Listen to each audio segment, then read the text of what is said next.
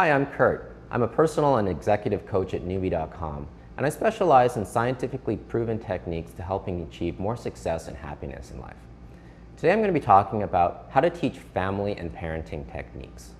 Now, it's important to realize when you're teaching parenting and family techniques to adults, the way that adults learn is different from the way children learn. And you have to incorporate their particular learning styles into the way you're going to teach these kinds of techniques. So there's a really well-known principle of teaching to adults called the adult learning model. And it's a learning model that incorporates the fact that when adults learn, they need to learn from experience. They need to learn by doing activities, by taking some sort of action.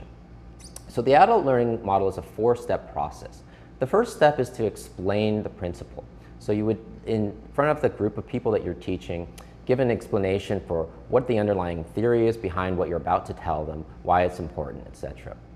The next thing you want to do is you want to model the activity. So you might have a participant come up from the group, and together you would model the activity where you're perhaps the parent and they're the child, and you do a bit of a role play so that you can demonstrate in front of everyone exactly how the principle might be done.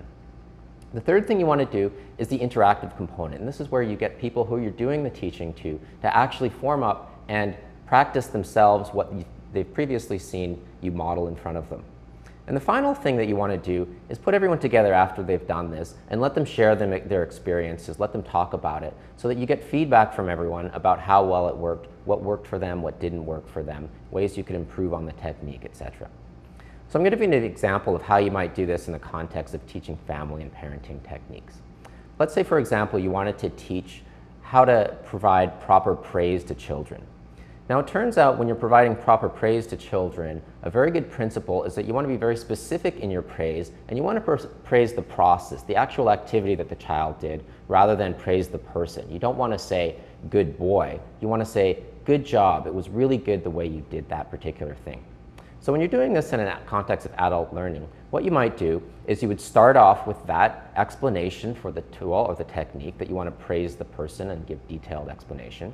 And then you would bring somebody up from the group and you would model that behavior. So you would ask them to be the child, ask them to do some perhaps activity, and then you as the parent would say to them, very well done, and here's exactly what I really liked about what you did. And then you would get the group of participants to do the same thing, form up and practice the same activity together.